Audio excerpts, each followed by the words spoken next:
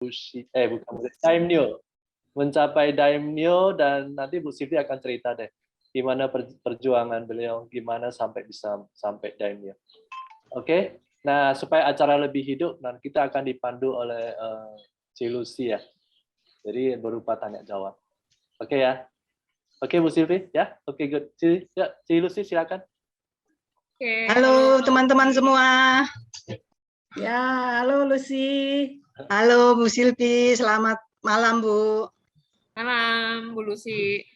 Nah, Ibu, teman-teman di sini udah pada semangat nih nunggu hari ini karena mau ketemu Ibu nih. Ya betul. Mungkin banyak ya Bu teman-teman di sini yang belum mengenal Ibu, terus mungkin ada sebagian yang sudah kenal, termasuk saya udah beberapa kali bisa ngobrol sama Ibu. Nah teman-teman, sebelum kita mulai, saya akan memperkenalkan host kita hari ini. Bu Sylvie itu adalah seorang ibu rumah tangga dengan 2 putra ya Bu ya? 2 putri. Oh 2 putri, dengan 2 2 putri dan seorang seorang istri dari 1 suami. Nah, Ibu, sebelum kita lanjut, saya nih untuk supaya ramai aja, teman-teman supaya juga bisa santai. Ayo teman-teman kalau bisa dibuka videonya, minta dibuka, karena saya punya hadiah ada 3 masker yang sudah disiapkan Ibu Anggrea. Iya. Icebreaker aja nih Bu, supaya lebih nyantai ya. Ya, ya. Oke, sebentar, saya sebetulnya udah siapin nih. Nah teman-teman, kalau kita mau bisnis di multi level, itu memang kita harus benar-benar berpikiran tidak biasa seperti kita kerja di kantoran. Kita benar-benar harus berpikir out of the box. Benar ya Bu Sylvie ya? Nah, Ya, betul, pertanyaan apa teka-teki yang saya akan ajukan ini juga benar-benar bukan teka-teki yang serius, jadi hanya untuk icebreaker aja. Coba teman-teman jawaban bisa ditulis di chat ya.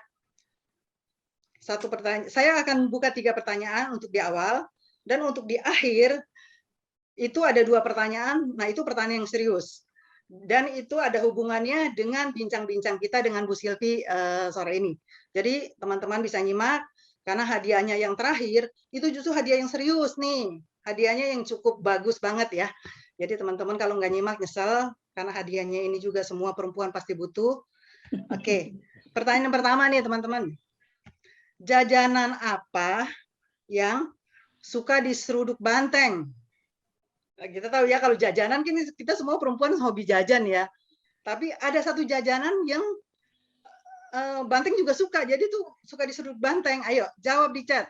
Tolong Bro Riki tolong dilihat ya, nanti yang pertama dan benar itu yang dapat hadiahnya.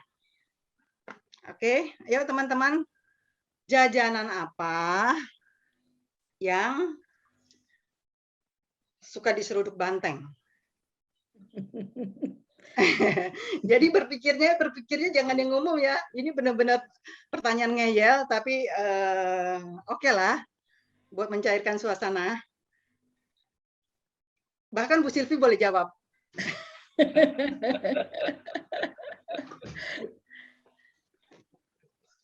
Apa ya? Ayo teman-teman semua, ditunggu chatnya. Hadiahnya 1 masker dari AFC. Jajanan apa yang suka diseruduk banteng? Waduh, kalau satu pertanyaan lama begini ini bisa sampai malam dong nih. bahkan Bro Riki sama Ci Anggrek boleh jawab. Wah. Nah tuh ada yang jawab. Batagor. Wow, mantap, benar. Benar ya? Benar tuh, Wah, Susan hadiahnya ya. mantap, Susan mantap. Oke, Bro Riki catat ya, Susan. Oke, Nanti Susan. hadiahnya dikirim pakai pos. Oke. Pertanyaan kedua, ayo teman-teman nyimak. Nah, kita tahu pocong ya. Pocong itu semua orang takut, apalagi perempuan. Tapi ada pocong yang disenangi ibu-ibu. Nah, apa tuh? Bingung kan kalau pocong disenangi ibu-ibu? Ayo. Pocong. Pocong. Pocong apa ya?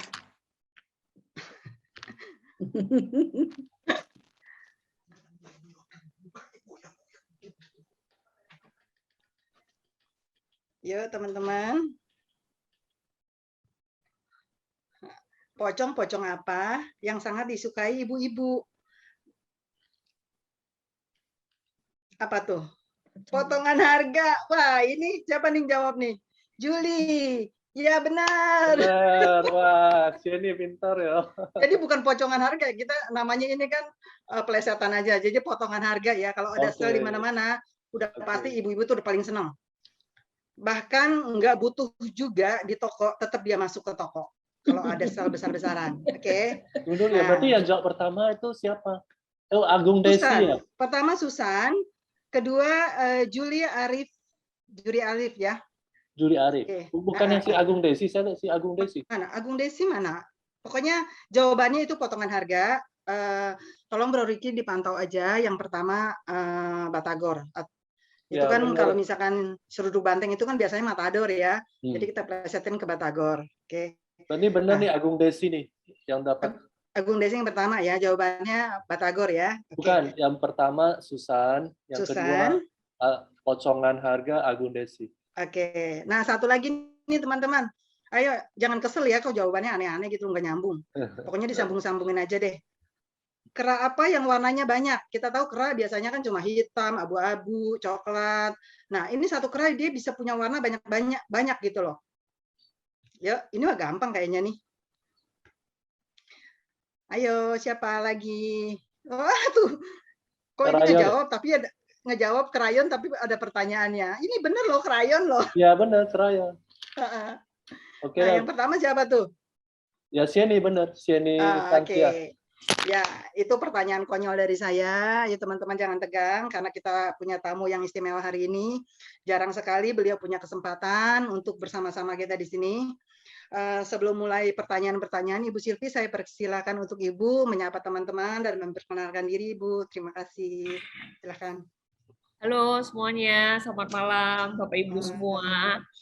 Malam, Bu Malam Silvi. ya. Ya, yang saya familiar mukanya memang cuma Ci Anggrek, Ko Riki, ya Bu Lucy. Kalau di sini boleh tahu, boleh di kolom chat aja nggak apa-apa. Yang kira-kira aja, lebih banyak yang sudah pernah Zoom sama saya atau belum pernah. Entah itu Zoom atau dengar di LOP, tinggal jawab sudah atau belum gitu, biar saya tahu. Udah ada yang pernah Zoom bareng saya atau LOP atau mungkin apakah waktu dulu offline atau ini kalau saya boleh tahu berarti ini semuanya di bawah Ci Anggrek ya? Saya betul. Oke. Ini mostly apa Ci? Yang maksudnya sudah member lama kah dari kita dulu offline atau justru baru pada join waktu masa-masa online ini? Campur, Bu. Ada yang Campur, udah ya? lama, ada yang baru, ya. Oke. Betul. Kayaknya ada Bu Lilis. Bu Lilis bilang belum, sudah ada. Oh, oke. Iya, kalau Ko Riki udah pasti. Dia memang Saya nggak tahu benar nggak ya. Kayaknya dulu sama Pak Riki pertama kali ketemu waktu di SMS atau di Puri ya? Di rumah makan. Yang di Medan, Sinar Medan ya. Ya benar, Sinar Medan. benar. Oh, benar. oke. Oke. Waktu ada Oke, challenge, jadi Andrea challenge. Ya. saya sambil perkenalan dulu sama Bapak Ibu. Kalau bagi yang belum kenal, beberapa udah kenal mungkin. Ya, saya benar. Nama saya Sylvia Iwandi. Cuma kadang-kala ada beberapa leader atau member yang panggil saya Pipi gitu ya. Jadi sama aja. Jadi memang beberapa teman panggil saya Pipi. Kebetulan kemarin saya Damyo peringkat terakhirnya, ngejar Bu Sido cuma memang belum, mudah-mudahan tahun depan. Jadi saya kebetulan 2 tahun terakhir ini, jadi tahun lalu saya juga di Damyo, dan di tahun ini saya kemarin penutupan rank juga di Damyo. Gitu. Wah, Kurang berarti lebih hebat itu. ya, Bu. Daimyo udah 2 tahun ya, Bu ya? Iya, Damyo udah 2 tahun. Wah, hebat deh, Hebat tabungannya nih, gede Bu. nih. Amin. Semoga tahun depan bisa Bu Sido ya. Benar Bu. Amin. Bu. Amin. Oke, teman-teman, mungkin Ibu Silvi nggak enak kalau memperkenalkan diri karena beliau juga sebetulnya tuh istri dari co-founder dari AFC ya. Jadi Pak Ya. Michael Tampi itu suami dari Bu Silvi.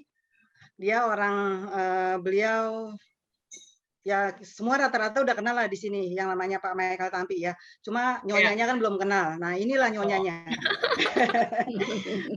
Mungkin ada teman-teman yang bertanya, kok bisa ya seorang istri co-founder jadi member AFC juga, bahkan sudah mencapai ranking yang cukup tinggi ya Ibu ya. Nah, saya ada pertanyaan, apa sih sebetulnya yang melatar belakangi Ibu sampai mau terjun ke dunia MLM? Padahal Ibu sudah terbilang sukses ya kan, jadi seorang istri yang dari suami yang cukup sukses. Kenapa lebih memilih bisnis di MLM? Karena kita tahu bisnis MLM kan cukup menyita waktu dan pikiran ya Ibu ya. Silakan Ibu. Betul. Untuk memulainya.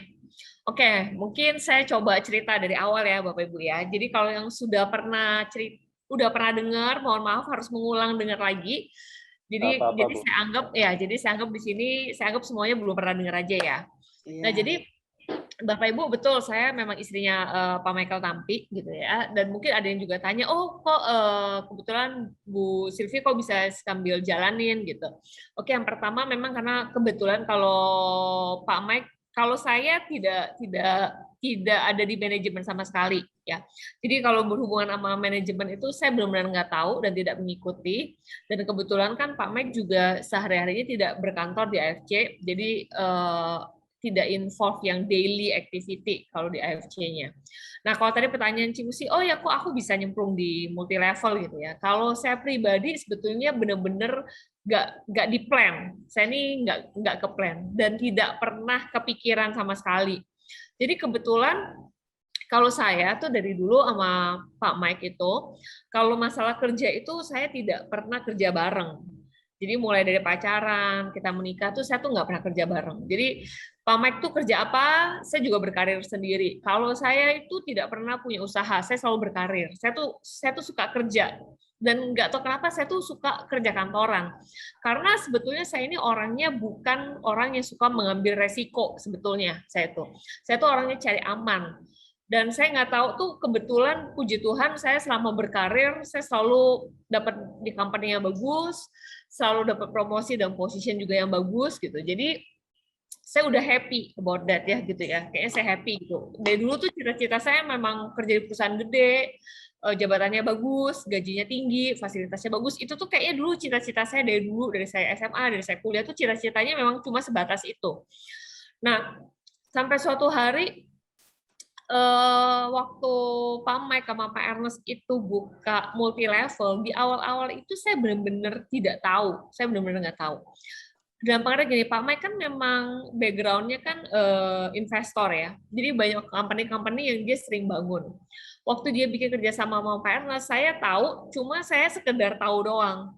Saya tahu lah, oke ini multi level, ini produk Jepang saya tahu, karena kan mereka kadang pergi ke Jepang gitu ya. Tapi saya nggak mengikuti ini produknya apa atau apa tuh saya benar-benar nggak tahu, no idea. Sampai akhirnya produk itu pun sudah launching, sudah banyak member yang join, saya tetap nggak tahu saat itu. Makanya kalau Bapak Ibu tahu, saya ini member kesekian ratus sebetulnya di AFC ya. Jadi saya tuh nggak join di awal. Jadi saya tuh mungkin join di AFC itu setelah AFC itu ada sekitar 3-4 bulan kayaknya ya, sekitar 3-4 bulan saya berjoin. Itu pun ceritanya lucu Bapak Ibu. Kenapa saya nggak pernah ikut involve? Pertama, waktu itu saya habis lahiran anak kedua ceritanya. Jadi waktu company ini benar-benar dibikin, baru mulai perekrutan, saya tuh benar-benar saya lupa antara saya hamil tua atau saya benar-benar habis lahiran. Dan habis lahiran anak kedua itu saya memang memutuskan resign dari kantor. Kenapa? Karena kantor saya menyita sangat banyak waktu. Terus kantor saya itu di dekat Blok M. Kan saya rumahnya di Serpong. Jadi tiap hari perjalanan cukup menyita waktu. Dan waktu itu anak saya yang pertama udah pengen masuk SD. Jadi saya pikir, aduh kayaknya saya stop dulu deh kerja. Kayaknya udah belasan tahun kerja, saya mau stop dulu. Akhirnya saya stop kerja. Pak Mike udah bangun AFC-nya sama Pak Ernest. Suatu hari saya tuh ditelepon sama Pak Ernest. Saya ditelepon gini. Dia bilang, dia panggil saya kan Pipi ya. Pi, dia bilang, Lu tuh ya, Bu, kita tuh buka perusahaan, suami buka perusahaan, nggak support, nggak pernah datang ke kantor. Lu datanglah ke kantor, dengerin kita tuh presentasi gitu ya. Terus saya nggak enak banget ya waktu Pak Ernest telepon saya gitu. Akhirnya karena kan Mike juga nggak begitu cerita sebetulnya ada apa tuh nggak pernah, karena dia udah kepikiran kalau saya tuh nggak mungkin mau join di multi level. Bukannya saya tuh nggak percaya, enggak. Saya dari dulu sama Michael sangat suka sama bisnis multi level. Banyak banget kita punya temen yang sukses di bisnis itu. Dan saya tuh rajin banget lah beli produk-produk multi level. Dulu tuh pokoknya saya beli MW, saya beli yang living. Intinya saya cukup familiar sama barang-barang multi level. Cuma di hati saya atau Michael itu tidak pernah terpikirkan kalau saya itu bakal jadi orang yang menjalankan multi level itu. Kenapa? Karena saya tuh dari dulu, saya emang hobi ngomong, Bapak Ibu, tapi saya paling nggak suka jualan. Saya tuh kerja belasan tahun tidak pernah sekalipun di divisi sales. Saya paling nggak suka. Kenapa? Karena saya sukanya tuh di marketing, di branding gitu ya, di PR gitu. Saya sukanya seperti itu. Saya ngerasa kalau jualan itu untuk saya jujur ya berat banget buat saya tuh jualan. Kayaknya tuh saya ngerasa, aduh kalau ada target nggak capai target kayaknya sedih gitu ya, atau jualan ditolak ini kayaknya sedih. Jadi saya tuh tidak pernah sekalipun bekerja yang berhubungan sama sales. Jadi saya nggak pernah kepikiran untuk menjalankan multi level. Nah, akhirnya waktu Pak Ernest itu telepon, akhirnya saya datanglah hari itu ke LOP ya. Waktu itu Pak Ernest telepon karena LOP kita masih sepi banget. Saya waktu itu datang ke LOP itu ya Bapak Ibu, mungkin dengan saya hadir itu yang datang cuma sekitar 13 orang kali. Makanya kalau Bapak Ibu kemarin lihat ya, pertama kali Ko Budi Darwin datang ke LOP, Ko Ardian datang ke LOP, itu beneran kita posisinya saat itu yang datang ke LOP itu hanya belasan orang saat itu. Jadi saya datang, saya dengerin, saya ingat banget yang pertama kali presentasi itu Pak Niko. Saya dengerin, oh saya tuh baru tahu, oh ternyata AFC ini kayak gini ya, ternyata ini sebetulnya bukan perusahaan multi level ya, oh ternyata ini sebetulnya barang yang dulu Pak Ernest pernah jual di Guardian ya, company-nya gitu. Terus saya dengerin, saya sangat tertarik waktu itu. Apalagi saya sangat tertarik waktu Pak Niko jelasin kalau ini bukan multi level company, kalau ini sebetulnya public company di Jepang gitu ya. Terus semua produk kita itu made in 100% Jepang, sama ada paten. Nah, waktu itu kurang lebih itu yang nempel di kepala saya waktu dengerin Pak Niko. Yang kedua, yang presentasi itu Cisyanti. Waktu itu kan AFC udah jalan sekitar 3-4 bulan. Waktu itu dia bilang bonus dia sudah sekitar 40 jutaan. Terus saya mikir, lumayan banget ya nih ibu-ibu, saya pikir gitu ya. Baru join 3-4 bulan, sudah punya penghasilan 30-40 juta saat itu. Saya jadi kayak, saya jadi dengerin ya dia presentasi marketing plan. Walaupun waktu itu yang nyantol mungkin di saya cuma 10%, saya nggak ngerti sama sekali. Habis itu yang ketiga, testimoni dari Bu Yani, yang sampai hari ini masih ada Bu Yani. Salah satu leader kita. Dia presentasi, dia testimoni. Disitulah saya baru pertama kalinya Bapak Ibu ya, dengar orang testimoni produk MLM itu secara langsung. Saya nggak pernah seumur hidup. Di situ tuh saya baru melihat waktu seorang Bu Yani itu testimoni, saya baru ngeliat gini, saya pikir selama ini kalau orang testimoni multi level tuh saya pikir itu mah kayaknya karangan lah ya, direncanakan gitu kayaknya ya. Tapi waktu saya dengar Bu Yani, gimana dia cerita perjuangan dia udah berobat ke Amerika, dia minum painkillers udah selama 4 tahun, minum obat tidur, terus tiba-tiba bisa lepas semuanya karena minum SOP 100+ saat itu.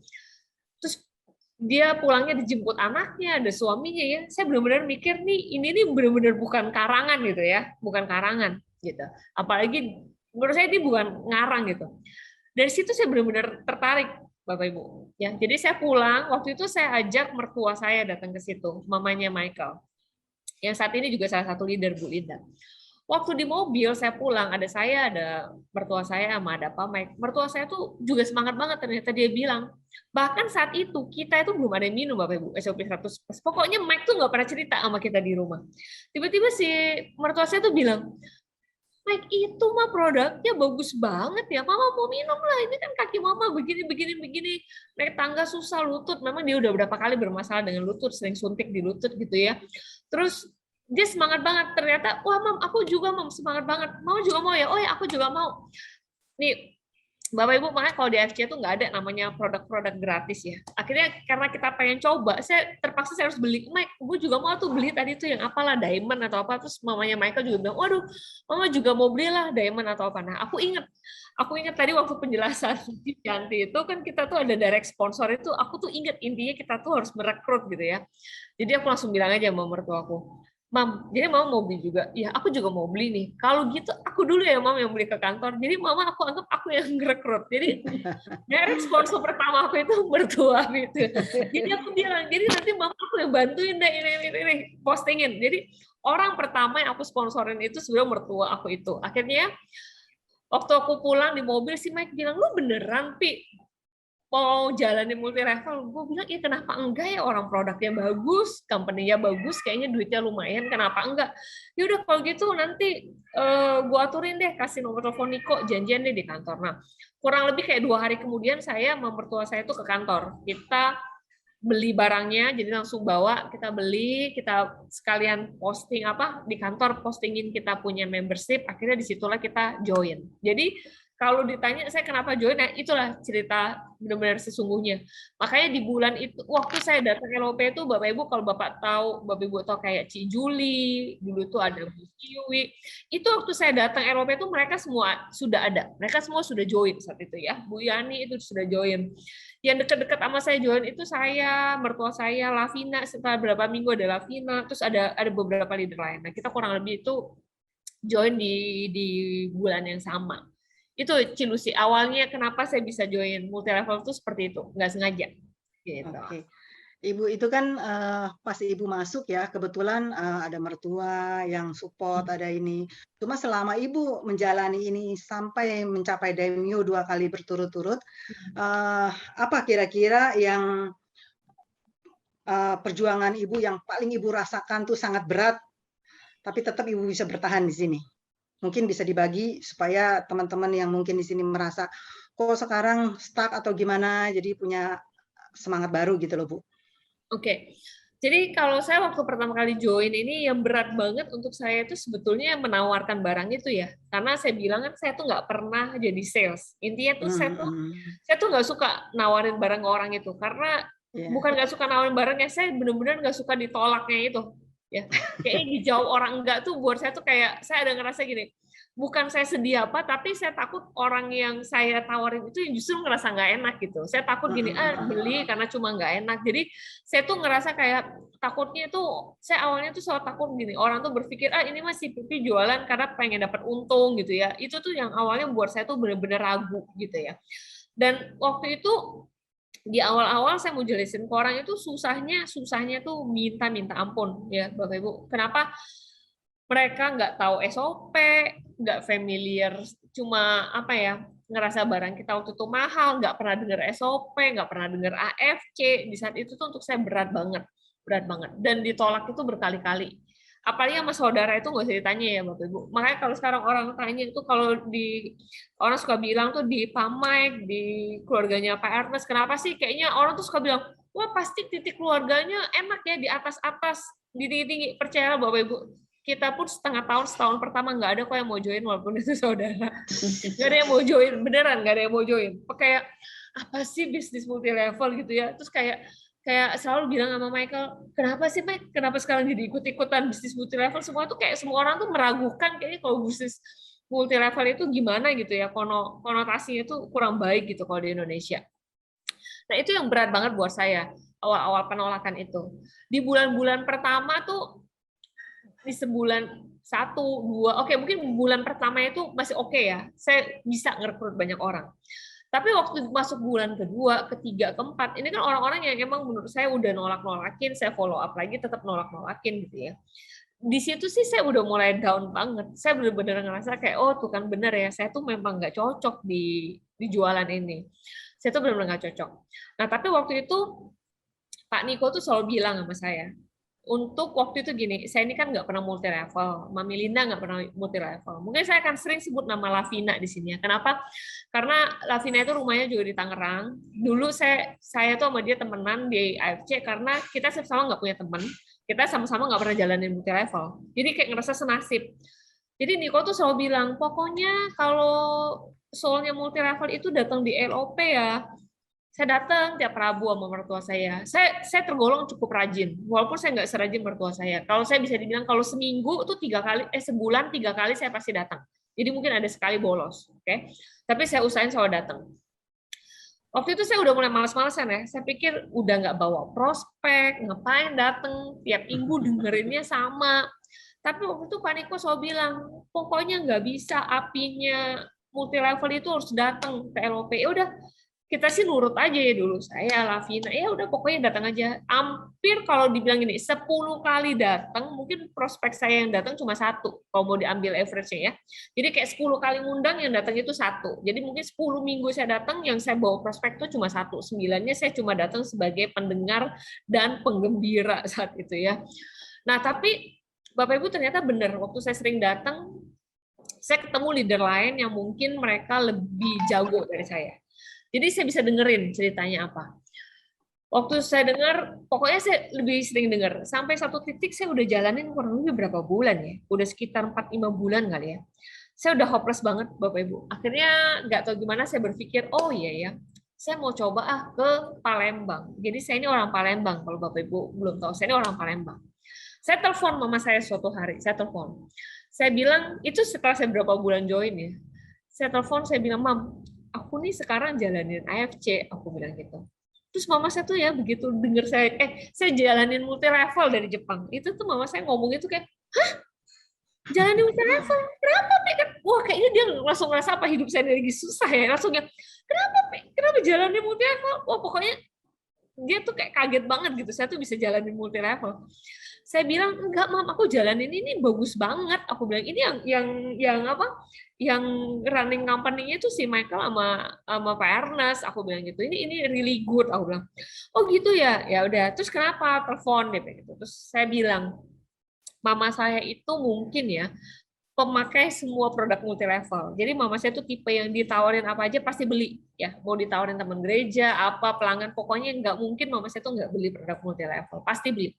Akhirnya saya telepon mama saya situ. Saya bilang, Mam, pokoknya ya Mam, Mama kumpulin teman-teman Mama satu yang sering nawarin barang multi level ke Mama. Ya, kayak itu satu. Yang sering nawarin. Gantian aku bilang mau ke prospek.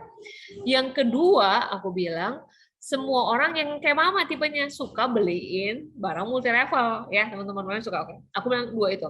Mama range lah, mau minggu depan, mau 10 hari lagi, range 1 tanggal, nanti aku datang. Nah, kurang lebih dia telepon saya tuh 3 hari kemudian kayaknya dia udah telepon. Dia bilang, Pi, Mama udah teleponin semua ya, semua orang udah oke. Kurang lebih nih ya 35-40 orang lah yang mau datang. Itu kurang lebih kayak 10 hari kemudian tanggalnya. Oh, banyak juga ya, Mam. Oke, Mam. Kalau gitu aku booking restoran. Cariin ya, Mam, yang ada apa proyektor, aku bilang gitu. Udah akhirnya cari tempat, ada satu yang oke, makannya prasmanan. Aku bahkan masih ingat waktu itu di Palembang mungkin murah ya. Di charge satu orang cuma kayak 80.000. Aku order 50 karena kan mamaku bilang 40. Aku order 50 dapat tempat proyektornya gratis. Oke. Akhirnya 3 hari seminggu sebelum berangkat, aku bilang sama Cisyanti, ya karena kan saat itu satu-satunya upline aku, leader aku Cisyanti. Aku bilang, Cisyanti, aku nih mau ke Palembang. Cuma kan aku tuh belum lancar ya presentasi. Boleh nggak Cisyanti temenin aku? Oh ya udah boleh deh, Pi. Tanggal berapa? Tanggal segini. Ya mungkin sekitar 30-40 lah. Sama aku ada 2 orang nih. Aku bilang, Ci, incaran aku. Mama aku bilang 2 orang ini prospek banget. Siapa tahu bisa jadi leader di Palembang. Aku bilang kayak gitu. Oke. Yang lucu Bapak Ibu, 3 hari sebelum saya berangkat, si Niko tuh telepon saya. Dia bilang, Bu Pipi, saya dengar dari Cisyanti, Bu Pipi mau ke Palembang. Iya. Mau bikin presentasi? Iya, saya bilang gitu. Katanya ramai ya, 30-40. Iya, aku bilang. Nah, Bapak Ibu harus ingat ya, saat itu LOP kita di Jakarta, itu orangnya cuma belasan sampai 20. Jadi, waktu saya bilang 30-40 tuh hampir nggak pernah kejadian di AFC. Dan saat itu AFC itu belum pernah roadshow. Itu hanya pernah ke Bandung. Udah sering ke Bandung. Jadi hanya ke Jakarta dan ke Bandung. Keluar kota lainnya itu belum pernah. Akhirnya Niko bilang, Bu, kalau gitu, kalau Ibu memang mau ke sana, ya udah saya pergi deh, temenin juga. Toh saya juga udah lama nggak ke Palembang. Saya temenin Ibu, dia bilang sama Cisyan. Udah, akhirnya Pak Niko ikut. Sehari atau 2 hari sebelum berangkat, tiba-tiba Pak Ernest telepon saya. Itu si Niko mau ke Palembang bareng sama lu? Iya, saya bilang gitu.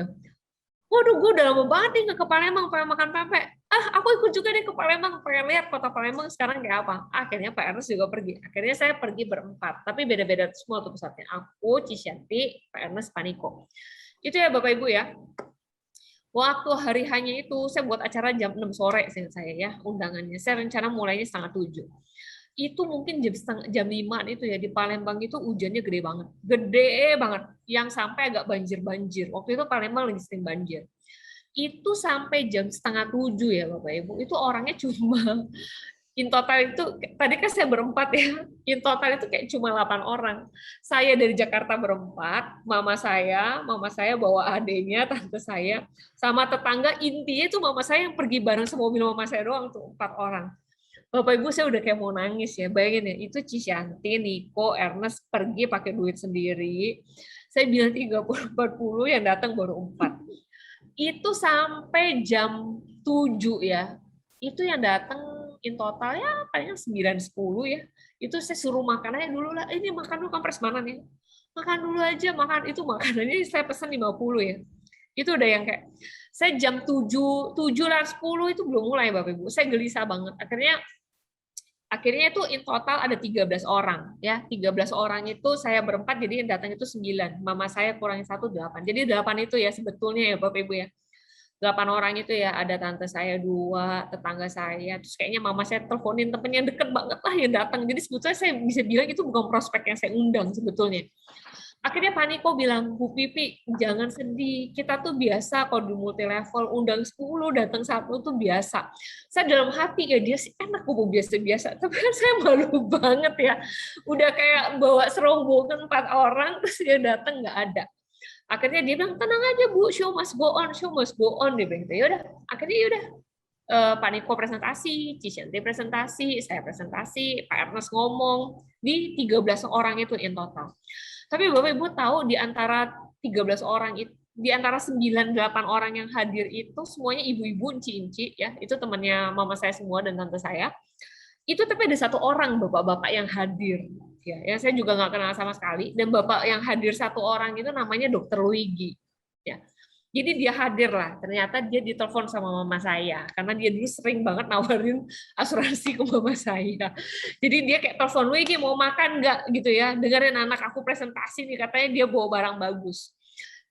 Di situ saya dikenalin nama mama saya, ini Dokter Luigi. Oke, saya waktu itu lihat ya, saya kaget, saya jujur aja saya bilang, kayak gini dokter, saya ngerasa ini kayak ada tampang dokter banget setelah kali lihat Dokter Luigi gitu. Mana dia ngerokok ya, saya pokoknya udahlah, saya anggap itu angin lalu ya Bapak Ibu, angin lalu. Tapi ya abis itu kan ketemu sama Niko, ketemu dengan Ernest. Wah, mereka cukup tertarik karena waktu itu Dokter Luigi punya background pernah sering jadi pembicara di multi level lain. Memang as a praktisi, bukan as a member, as a praktisi. Akhirnya Niko tertarik, oh kalau gitu bisa ya dok, jadi pembicara kita juga. Oh dia bilang bisa, oke. Kalau Niko approach-nya kan dia jadi praktisi pembicara di kantor. Kalau saya kan approach-nya saya mau rekrut dia jadi member. Itu besoknya saya datengin lagi Dokter Luigi sama Niko sama Cisyanti. Ya biasalah ya Bapak Ibu kalau ngerekrut orang itu jawabannya kayak, oke lah mungkin saya coba dulu, tapi Ruby aja kali ya Sil ya. Terus dia selalu bilang, waduh Silvi ini barang kamu nih bagus banget, jarang banget multi level dari Jepang 100%. Tapi mohon maaf ya, kalau saya suruh jalanin, saya kayaknya belum dulu. Itu jawaban Dokter Luigi di awal pertama kali saya ketemu. Tapi saya approach lagi hari ketiga, saya 3 hari di Palembang. Saya approach lagi hari ketiga, intinya dia join member saat itu, tapi hanya Ruby. Dan dia belum berencana untuk menjalankan. Tapi as a pembicara lepasan dia oke. Makanya setelah itu dia sering ke Jakarta beberapa kali, membawakan seminar yang terapi stem cell itu. Jadi kalau Bapak Ibu tahu, di awal-awal kita sering buat seminar kesehatan terapi stem cell, itu awalnya gara-gara, yaitu Niko ketemu Dokter Luigi, ngobrol-ngobrol, ternyata bisa ya dibuat seperti itu format LOP-nya.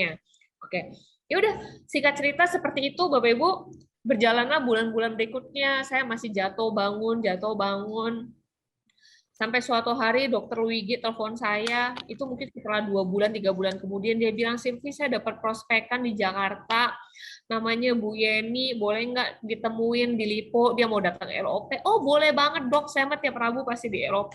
Ibu itu datang. Oke, ibu itu datang dan saya senang banget malam itu juga dia langsung join 3 Diamond. Tapi udah pasti itu rekrutannya Dokter Wigi. Dia join 3 Diamond. Terus ibu ini rajin banget. Setelah itu minggu depan dia selalu datang ke LOP ya.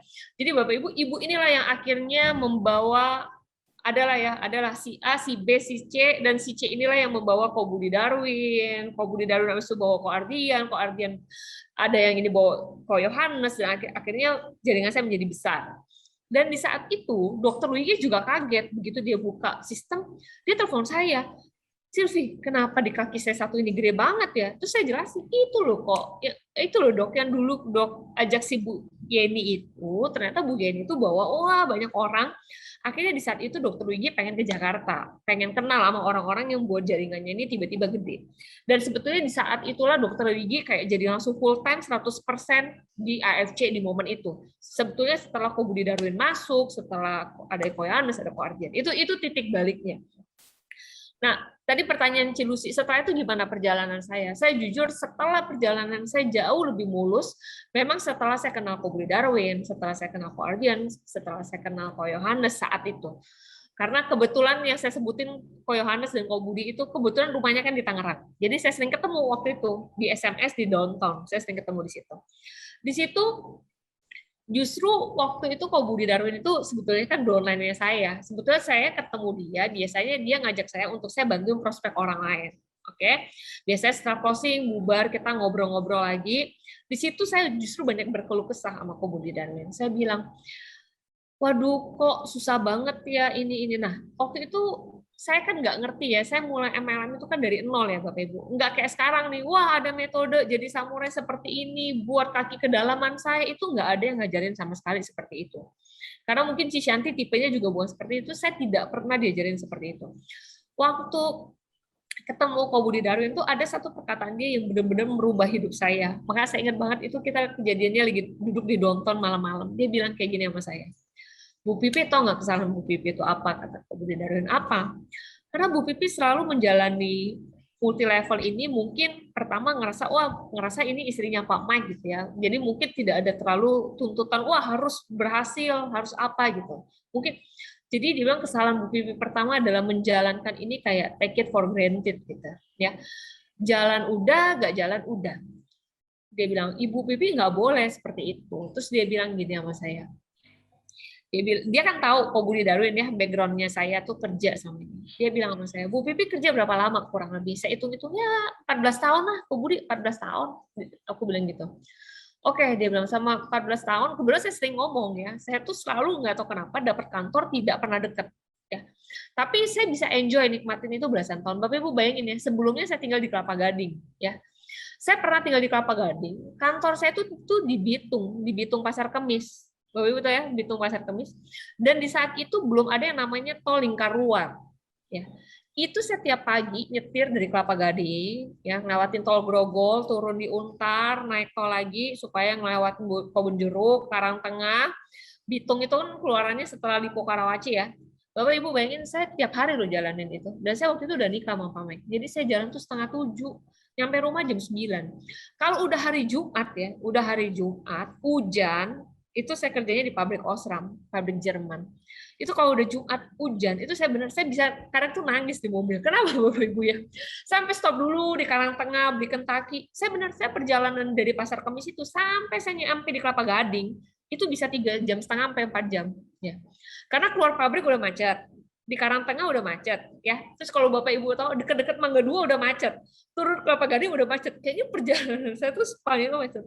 Tapi saya bisa jalan itu tahunan loh. Saya ngantor dari dari Kelapa Gading sampai Pasar Kemis. Waktu saya sudah punya anak kemarin ini, kantor saya di Blok M. Ya, kantor saya di Blok M. Itu sama. Kalau udah Jumat, hujan, waduh, mana saya ngelewatinnya arteri Pondok Indah, Tanah Kusir, Karangtengah, itu sih macetnya luar biasa. Jadi, nah terus Ko Budi bilang, kenapa dulu belasan tahun, dia bilang inilah, ya ambil kita gaji rata-rata. Orang gaji ada yang 10 juta sampai 50 sampai 100. Waktu itu dia ambil rata-rata, ya kita bilang orang kebanyakan lah Bu, orangnya gajinya 10 juta gitu ya, atau 30 juta atau 50. Saya bilang dulu 10 juta lah. Anggap aja dulu Ibu awal karir 10 juta dia bilangnya. Ibu digaji 10 juta, ya, kerja let's say dari jam 7 sampai jam 7 malam lagi. Itu aja jarang terjadi ya Bapak Ibu. Saya mah nyampe jam 7 malam mah jarang banget lah. Setengah 8 aja itu udah puji Tuhan kalau saya nyampe setengah 8. Jadi dari jam 7 dia bilang sampai jam 7, 12 jam dijalanin belasan tahun demi duit 10 juta, Bu Pipi nggak komplain-komplain amat, ya. Sekarang jalanin AFC, pengen punya uang puluhan juta, ratusan juta gitu ya. Tapi dia bilang waktu itu dia bilang, ada nggak Bu Pipi jalanin sehari 4 jam aja? Waktu itu yang dia bilang sama saya 4 jam. Saya bilang nggak ada. Nah, waktu itu malam itu kok Budi bilang, saya tantang Bu Pipi sekarang. Kerjain itu, oke lah Bu Pipi mungkin berat 4 jam dia bilang ya. Jalanin itu Senin sampai Jumat, siapin 2 jam. Jadi 2 jam tuh benar-benar kayak Bu Pipi kerja di kantor tuh dulu. Wah mikirin, ngapain. Kalau lagi nggak ada prospek, ya udah ngapain. Belajar, buka YouTube, apa ya. Ya udah akhirnya saya coba praktekin Bapak Ibu ya. Saya bangun, saya pilih kira-kira jam berapa ya 2 jam itu. Saya pilih rada siang aja. Jadi 2 jam itu saya mikirin, oh ya jaringan, follow up orang, yang udah member saya tanya lagi ada yang dibantu nggak, ada yang bisa diprospek nggak gitu. Nah, saya ngerasa malam itu adalah titik balik saya ya. Saya ngerasa, oh ternyata benar kata Ko Budi Darwin, karena saya jalan ini kayak take it for granted, pengen hasil besar, tapi bagaimana saya memperlakukan pekerjaan ini kayak anggap enteng gitu ya. Berharap tuh, wah prospek kayaknya datang gitu ya, closing gitu. Berharapnya seperti itu. Nah, ya udah abis itu yang buat saya benar-benar berubah malam itu. Jadi abis itu saya bilang oke, saya ngerasa kayak ditampar-tampar kayaknya. Oh ya benar banget, saya jalanin ini benar-benar take it for granted. Makanya abis itu saya benar-benar belajar dari Ko Budi Darwin gimana dia kerjain ini waktu dia mau capai sesuatu, dia memang kerjain ini lebih dari 8 jam Bapak Ibu satu hari ya. Ko Budi itu benar-benar bisa waktu itu bangun jam 7, prospek pergi ke Bogor, jam 7 malam lagi masih prospek di sini, keliling dari pagi, siang, sore, malam. Akhirnya hasilnya kita bisa lihat sekarang gitu. Jadi waktu itu saya belajar, oh ternyata jadi networker itu memang suatu pekerjaan, ya, memang suatu pekerjaan. Apalagi kalau kita memang mau full time di sini, oke? Dan bahkan bagusnya di multi level itu Bapak Ibu bisa memulainya tidak perlu full time 8 jam sehari. Kayak Ko Budi ajarin saya, kalau bisa 4 jam paling ideal. Tapi kalau Bu Pipi nggak sanggup 2 jam, ya. Tapi benar-benar kerjain. Bangun pagi tuh udah mikirin AFC, kayak kita bangun pagi, wah harus ke kantor ngerjain A, B, C gitu ya. Nah, dari situ saya belajar lambat-lambat Bapak Ibu. Dan ternyata benar, waktu kita mulai fokus kayak lebih banyak waktu kita merenungkan, akhirnya dapat sesuatu yang baru ya. Kayak tiba-tiba, oh kepikiran mungkin saya harus bisa prospek ini, saya kepikiran, oh mungkin saya harus bikin presentasi seperti ini. Dari situ mulai muncul ide-ide baru. Dan waktu itu memang saya nggak pernah tinggalin yang namanya LOP mingguan. Makanya Bapak Ibu kayak sekarang nih kita Zoom ya, saya langsung pesan sponsor dikit gitu ya. Kayak kita nih Zoom. Kita ngerasa kayak tiap bulan sama aja yang didengar gini. Memang betul kadang-kadang sama aja yang didengar. Kayak males banget dengerin si A ini kalau ngomong ngantuk kayak gini yang ngomong panjang gitu ya. Wah, saya dulu juga sama Bapak Ibu ya. Waktu ke LOP, banyak LOP tiap hari presentasinya itu. Tapi secara nggak langsung kadang-kala yang nge-charge kita itu kalau saya dulu ke LOP, oh ya tiba-tiba pulang ketemu si A, ngobrol-ngobrol, habis ketemu prospekan, ketemu si B, testimoni produk yang buat kita, wah gila ya produknya tuh benar-benar bantu banyak orang. Jadi mulai apa ya? Ya akhirnya mulai jalanin ini lebih serius dan ternyata pada saat kita jalanin itu memang usaha itu tidak hasil itu ya maksudnya usaha tuh setimpal banget akhirnya dengan hasil yang didapat. Itu dulu Ci Lucy, ada lagi yang mau ditanya, udah kepanjangan nih kayaknya. Kira-kira saya lempar ke teman-teman dari sejauh ini ada nggak pertanyaan yang mau ditanyakan? Silahkan diketik di chat. Kalau masih nggak ada sambil menunggu teman-teman apa sih yang mau ditanya, satu pertanyaan lagi nih Bu. Dengan perjuangan yang luar biasa seperti itu, tentunya tidak semua downline Ibu berjalan kan, maksudnya mulus gitu loh berjalan. Pasti ada aja yang mogok di tengah jalan, terus yang sudah menyerah, itu pasti banyak ya Bu ya. Nah, kiat apa kira-kira yang bisa kita terapkan di tim agar mereka tetap bisa bertahan dan tetap on fire Bu? Oke, jadi sebelum Bu Silvi jawab, teman-teman yang mau bertanya silahkan di chat, nanti Bu Silvi akan jawab setelah ini. Oke, silakan Ibu. Jadi saya waktu itu berpikir setelah ini kan berarti saya udah jalanin AFC kurang lebih mau 4 ya, 3,5 tahunan, mau 4 tahun ya. Jadi saya mulai berpikir waktu 3,5 berarti 3,5. So saya lagi pikir anak saya aja belum ulang tahun yang waktu itu lahiran, saya nggak pernah ini. Sekitar 3,5 tahun. Waktu saya mulai berpikir gini, sebetulnya yang paling sulit untuk kita yang baru gitu ya, atau kayaknya lagi patah semangat itu sebetulnya konsisten sih sama komitmen, terutama yang namanya konsisten. Sebenarnya itu susah banget lah. Sebenarnya nggak usah ngomongin konsisten jalanin multi level ya. Kalau di sini ada ibu-ibu kayak kita, waduh pengen konsisten diet, jaga makan, konsisten lari, itu aja kan memang berat banget. Namanya jaga konsisten itu tuh berat banget. Jadi saya berpikir seperti ini, Bapak Ibu. Kalau waktu di 4-5 bulan pertama itu, padahal saya udah ketemu dokter Wigi ya saat itu, tapi kan jaringan saya masih belum jalan. Kalau di saat itu saya memutuskan untuk, udahlah, saya ternyata memang nggak bisa gitu ya, nggak mau datang lagi ke Eropa. Ya udah Bapak Ibu, habis. Maksudnya kita nggak ketemu nih malam hari ini ya di ceritanya ya. Jadi menurut saya gini, sebetulnya di networking itu kita yang paling penting itu konsisten. Di sini nih saya merasa benar-benar nyata namanya network itu benar banget. Network itu kan kerjanya bareng-bareng ya. Justru yang saya suka dari AFC dengan sistem pairing kita, saya langsung bilang aja, dan sistem binary kita adalah gini. Kita tuh cuma butuh konsisten, suatu hari pasti di jaringan kita tuh ada yang jadi. Ya, menurut saya pasti suatu hari itu ada yang jadi.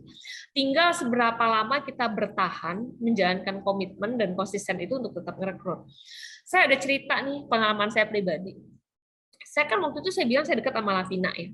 Satu lagi itu Lavina itu ya, Bapak Ibu, dulu cuma punya domain itu satu yang aktif banget. Kalau Bapak Ibu tahu namanya Budi Hartanto, BH, kita suka bilangnya BH. Ya, itu kemarin tuh di Shogun. Dia itu waktu itu memutuskan resign dari kantor. Jadi dia juga bukan pemain MLM, dia memutuskan resign dari kantor, dia full time di AFC bareng Lavina. Itu setelah 1,5 tahun loh Bapak Ibu. Dia itu udah kayak kalau ketemu kita dia bilang, "Ci, sorry banget kayaknya aku mau balik lagi kerja kantoran." Karena dia punya anak, dia bilang dia udah nggak kuat, dia udah nggak apa. Tapi Lavina itu very good, kasih dia semangat. Very good ya. Saya nggak tahu tuh sampai saya tuh sama dia sama dulu nasibnya. Kalau datang nggak pernah bawa prospek. Tapi waktu itu saya akuin BH itu Budi Hartanto tuh setia banget ya.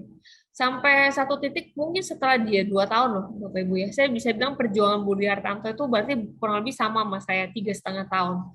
Dia tuh baru menikmati hasilnya 1,5 tahun terakhir ini. 2 tahun itu dia benar-benar cuma mati-matian bangun jaringan yang cuma ada sebelah. Tiap bulan masih pas-pasan.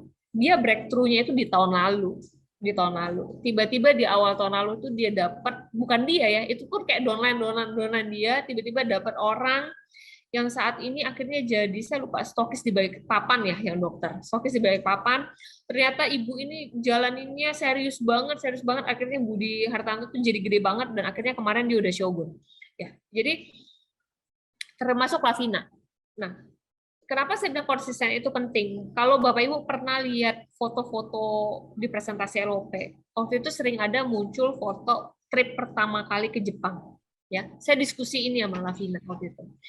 Di foto itu saya kurangin dulu ya, kurangin Pak Mike, kurangin Niko, kurangin yang lain. Bapak Ibu tahu, kalau Bapak Ibu lihat lagi foto itu ya, itu kan achieve Jepang ya, berarti ada target saat itu ya, ada target dan kita mencapainya. Itu kurang lebih yang achieve itu sekitar 30 lah kali ya, 30 orang atau 20 something. Yang hari ini masih ada ya Bapak Ibu ya. Yang hari ini masih ada itu tinggal 55%, nggak nyampe malah. Jadi saya hitung misalnya anggap aja ya Bu, kalau dulu yang pergi 20 misalnya ya, yang pergi 20, yang sekarang ada tuh tinggal 11. 9-nya itu udah nggak ada. Padahal mereka dulu achieve Jepang. Kenapa 9 itu udah nggak ada? Karena 9 itu waktu itu udah ngerasa, aduh jualan SOP itu susah banget, ditolak di mana-mana. 9 orang itu mundur. Sampai hari ini nggak ada di AFC. Padahal kalau dipikir-pikir ya, bahkan dari 9 orang itu 2 atau 3 diantaranya itu seharusnya upline-nya Lavina saat itu. Berarti kan sebenarnya kaki dia udah gede banget ya di Lavina itu. Bayangin, di Lavina aja Shogun-nya udah banyak. Tapi 9 orang itu mundur. Kenapa? Karena waktu setahun pertama mereka udah nggak kuat. Mereka ngerasa, aduh jualan AFC susah, kayaknya nggak terkenal, kayaknya nggak booming gitu ya. Pokoknya untuk mereka berat. Akhirnya mereka meninggalkan hal itu. Dan saya bisa bilang akhirnya 11 orang yang bertahan itu, ya semuanya puji Tuhan ya, ada saya, ada Lavina. Sekarang hidup kita benar-benar berubah. Karena kita tetap bertahan waktu itu, kita tetap percaya bahwa suatu saat ini pasti sangat diterima di Indonesia. Gitu. Jadi kalau tadi pertanyaan Cilusi, kalau saya bilang ya itu kuncinya apa sih kalau kita mulai patah semangat itu ya. Kalau menurut saya ya kuncinya justru kita harus tetap belajar konsisten itu sih sama komitmen itu. Salah satunya apa ya ditunjukin dengan kita tetap datang di Zoom apa pasti ada sesuatu yang baru lah yang kita dapetin. Kayak tadi kalau menambahin Cilusi bilang pasti kan ada member yang udah nggak jalanin, wah kalau saya mah udah banyak banget. Saya tuh ngalamin banget ya Bapak Ibu, yang namanya dulu member udah mundur, tiba-tiba waktu pandemi ini kan tiba-tiba FC itu booming banget ya. Tiba-tiba semua orang tiba-tiba balik lagi ke saya. Pi, sekarang aku mau aktifin lagi dong. Aku lihat kok sekarang teman aku yang jualan banyak banget ya. Padahal kan aku udah join dari dulu. Oke. Jadi menurut aku tuh semua orang punya timingnya masing-masing, ada waktunya masing-masing gitu. Tapi tugas kita sekali lagi yang Ko Budi Darwin juga suka bilang dan Niko selalu bilang ya tugas kita memang prospek. Ya, makanya aku bilang aku happy banget lah di AFC ini ya karena sistem kita itu aku misalnya kayak aku misalnya anggap aja aku ngerekrut Koriki, mungkin aku dulu underestimate, misalnya aku anggap aja ini contoh ya, aku bilang Koriki mah nggak mungkin bisa lah gitu ya, orang dia masih kerja kantoran gitu. Tapi aku tahu Koriki bisa orangnya baik, saudara baik atau apa, tiba-tiba Koriki ada aja yang join, misalnya saudaranya atau tetangganya. Mungkin ya tetangganya Koriki kenalin lagi ke orang, mungkin sampai orang kelima, keenam, ketujuh, orang itu yang bikin jaringan kita tuh tiba-tiba gede, dan akhirnya semua satu jaringan itu semangat. Nah, itu yang saya suka dari AFC. Kita tuh nggak pernah tahu, Bapak Ibu. Kita tuh nggak pernah tahu. Makanya saya suka banget kalau dengerin LOP orang-orang yang home talk ya. Saya suka banget. Misalnya kalau Bapak Ibu pernah dengerin yang timnya Doraemon ya, itu yang dulu Riana, yang Feni, itu mah dulu bukan siapa-siapa. Bahkan mereka orang yang dulu nggak percaya bahwa multi level itu bisa merubah hidup mereka gitu ya. Ternyata sekarang dengan MLM semua itu merubah hidup mereka. Makanya kalau saya suka sekalian tips ya. Saya suka tuh gini, kita kan punya leader tuh banyak banget di AFC ya. Kalau mau diikutin satu-satu pasti bingung. Stylenya beda-beda. Harus tahu stylenya kalau Yohanes kayak gini, stylenya kalau Budi kayak gini, Ardian, Dokter Yudi tuh kayak gini, very motivated, oke? Mana yang mau diikutin? Biasanya kalau saya punya member, punya leader baru, kan selalu bilang, aku harus follow IG siapa atau apa. Dan biasa aku tipsnya gini, aku lihat kurang lebih yang karakternya sama. Biasanya itu akan jauh lebih memotivasi. Misalnya, dia ibu rumah tangga, nggak pernah jalanin. Menurut saya dia cocok, misalnya dengerinnya tuh kalau saya yang trainingin, atau dengerin Lavina yang trainingin, atau kalau pas di LOP kantor, orang-orang Doraemon yang trainingin. Kenapa? Karena semua background-nya sama. Ibu rumah tangga yang tidak pernah MLM, ya.